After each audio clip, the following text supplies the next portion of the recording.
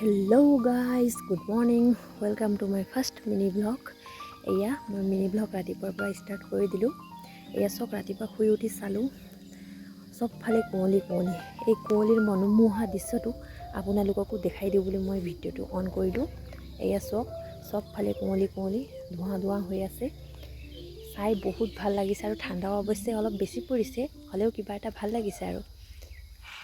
কুঁৱলীৰ এই মনোমোহা দৃশ্য চাই হোৱাৰ পাছত অলপ ইফাল সিফাল কৰি মই 11টামানত লখিমপুৰলৈ বুলি ওলালোঁ। লখিমপুৰ টাউনত মোৰ অলপ কাম আছিলে, অলপ অফিচিয়েল কাম, পাৰ্চনেল কাম আছিলে।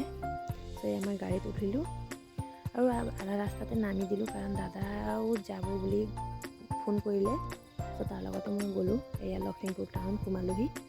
সোমাই তাত অলপ কাম কৰি মই কফি আৰু পেটিছ খালোঁ, দাদাও খালে আৰু কাম শেষ হৈ গ'ল। চ' ঘৰলৈ বুলি উভতি আহিলোঁ। এইটো হ'ল ট্ৰেণ্ড স্মাৰ্ট লখিমপুৰৰ, এইটো হ'ল বিশাল মেঘা মাৰ্ট, এয়া লখিমপুৰ মেইন টাউন।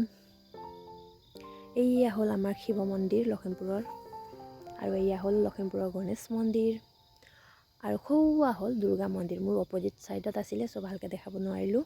ঘৰত আহি ভণ্টিয়ে কিবা খাম বুলি কৈ থাকিলে, সেইকাৰণে মই দোকানলৈ গ'লোঁ, কিবা কিবি আনি দিলোঁ।